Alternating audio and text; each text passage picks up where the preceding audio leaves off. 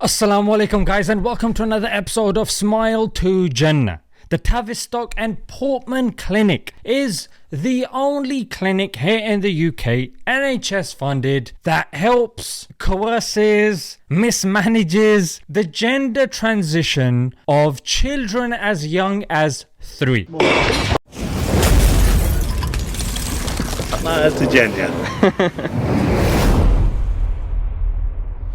And they've been handing out puberty blockers like they're Skittles or something, mate. So reports say that they could face legal action for rushing the treatment for children and adolescents because many of these were minor and misdiagnosed. So on the one hand, children are too young to vote, to drink, to drive, but when it comes to changing gender, no problem, that's fine, mate. Children say all sorts of things when they're young, especially when they're like 3. Children also claim that they're pirates. What are you gonna do? Chop off their leg and stick a parrot on their shoulder? But whenever you speak to these LGBT individuals, they say, look, what about those youth that are killing themselves because they're in the wrong gender, mate? You want them to do that?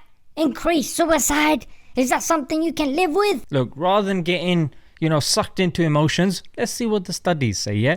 In 2010, when puberty blockers became widely available in the US, suicide rates increased in these very areas, as you guys can see. According to another study, there was no significant difference in the psychological function, thoughts of self-harm, or body image. And then of course there's other studies to suggest that puberty blockers can result in infertility in girls. It can affect bone density, and of course it can even affect orgasms as well. If puberty was such a bad thing, I'm sure the scientific literature would have told us. Or better still, the Quran or the holy books of the various religions, some of them would have mentioned it. When you speak to these kids, they're just afraid of the period. They're afraid of the change. They're afraid of moving on to the next part of their life. And that is normal. So puberty blockers and the whole LGBT thing is the wrong answer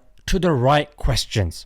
And what are the right questions? The right questions are the issues that the kids find when growing up. In fact, Jessica LaHaye in the Addiction Inoculation gives 3 main issues that teens go through. Number 1, it's troubling experiences. And I'm sure we can all relate to that. Fights in the schools, bullying, and the likes. Number 2 is unexpected emotions. Yeah, just a surge of anger, of feelings to the opposite gender, of getting rejected. Number 3 is fitting in. We know what's in one year is gonna be out the next year. If that's not all, there's so many different cliques and groups as well. Are you in the rap crowd? Are you in the rock crowd? Are you in the nerd crowd? Whatever it is, mate. So guys, this is why it's so important for parents to be involved in the first 10 years of the tarbiyah, of the upbringing of the children. Because if you just leave them, if you're too busy with,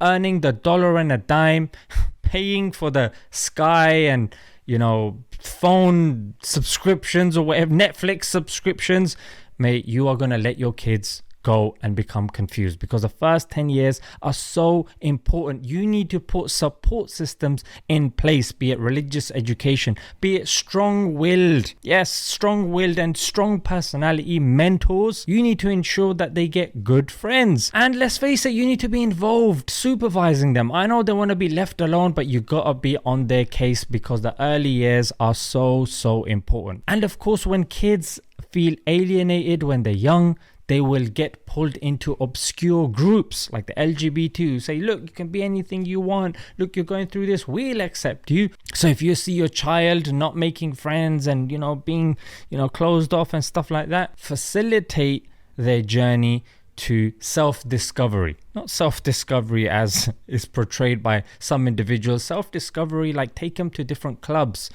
get them to explore different parts of their personality and their hobbies, and help them meet with different people and interact with different people as well. Inshallah that helps. Let's leave it there until next time.